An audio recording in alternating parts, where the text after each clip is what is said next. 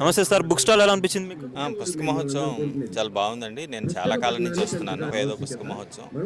ముఖ్యంగా ఇక్కడ స్టేడియంలోకి మార్చడం ఇదే ఫస్ట్ టైం. మళ్ళీ చాలా కాలం తర్వాత విశాలమైన ప్రాంగణం కుదిరింది. అన్ని పుస్తకాలు చూడటానికి బాగుంది. లైఫ్‌లో చాలా ఇంపార్టెంట్ అంటారా? అంటే పర్సనల్‌గా గ్రో అవ్వడానికి, వాటికి ఇన్‌స్పైరింగ్‌గా తీసుకోవడానికి.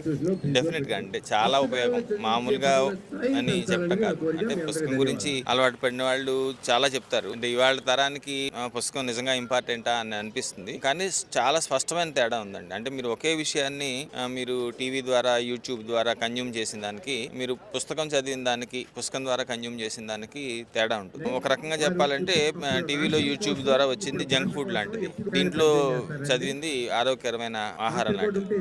రెండిట్లోనూ క్యాలరీస్ వస్తాయి, రెండిట్లోనూ కార్బోహైడ్రేట్స్ వస్తాయి, రెండిట్లోనూ ప్రోటీన్ వస్తాయి. కానీ శరీరంలో దాని మీద కలిగే ప్రభావం తేడా ఉంటుంది. కనుక పుస్తకం ద్వారా చదివినప్పుడు పుస్తకం చదవటం కొంచెం కష్టం అలవాటు పడితే కానీ. అంటే ఎక్సర్సైజ్ చేస్తే మెదడుకి ఎట్లాంటి వ్యాయామం వస్తుందో, అదే శరీరానికి ఎలాంటి వ్యాయామం వస్తుందో, పుస్తకం చదివితే మెదడుకి అలాంటి వ్యాయామం వస్తుంది. కానీ మీకు తెలుసు, వ్యాయామాన్ని ఎంజాయ్ చేయాలి అంటే కొంత అలవాటు పడాలి. అప్పటిదాకా ఎంజాయ్ చేయలేదు. ఇది కూడా అంతే. సార్, ఇప్పుడు ప్రధానంగా యూత్ బేసిక్‌గా చూసుకుంటే ఇప్పుడు జనరల్‌గా వాళ్ళు బుక్ రీడింగ్ ఎందుకు నెగ్లెక్ట్ చేస్తున్నారు? అదే ఇంతకు ముందే చెప్పాను నేను. బుక్ రీడింగ్ నెగ్లెక్ట్ చేసడానికి కారణం ఏంటంటే, మీకు యూట్యూబ్ ద్వారానో ఇంకో ద్వారానో రెడీమేడ్ ఇన్ఫర్మేషన్, రెడీమేడ్ నాలెడ్జ్ వస్తుంది.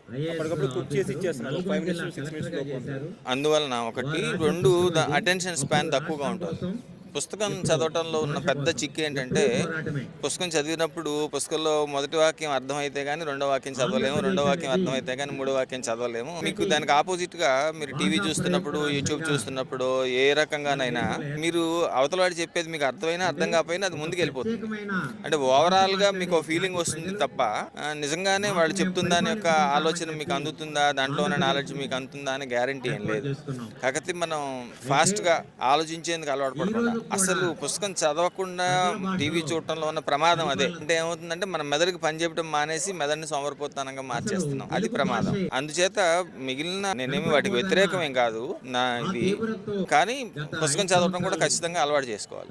సార్, ఇప్పుడు మీరు చాలా బుక్స్ చదివి ఉంటారు మీ సర్వీస్లో. మీ ఎక్స్పీరియన్స్ ప్రకారంగా చాలా బుక్స్ చూసుకుంటారు. దాంట్లో మీకు బాగా నచ్చిన బుక్ ఏంటంటారు? దాంట్లో ఉన్న థియరీ ఏంటి? లాస్ట్లో మీకు ఏం నచ్చింది దాంట్లో? అంటే బాగా పుస్తకాలు చదివే వాళ్ళని అలాంటి ప్రశ్న అడగకూడదు. ఎందుకు అడగకూడదు అంటే, ఇప్పుడు పిల్లలకు చదివే పుస్తకాలు వేరే ఉంటాయి, పెద్దవాళ్ళు చదివే పుస్తకాలు వేరే ఉంటాయి, సీరియస్గా సమాజం కోణంలో మాట్లాడే పుస్తకాలు వేరే ఉంటాయి.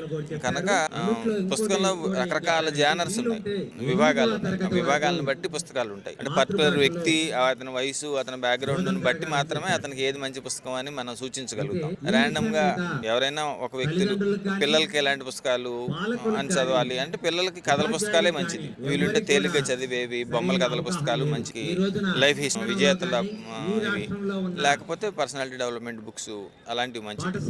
మంచి సాహిత్యం అనేది అందరికీ మంచిది. అంటే మీరు ఒకసారి పుస్తకం తీసుకుని చదవటం మొదలు పెడితే, మీరు చుట్టుపక్కల పరిసరాలు మర్చిపోగలిగే స్థాయిలోకి మిమ్మల్ని తీసుకెళ్లిన పుస్తకం ఏదైనా మిమ్మల్ని ప్రభావితం చేస్తుంది, మీలో మార్పు తీసుకొస్తుంది.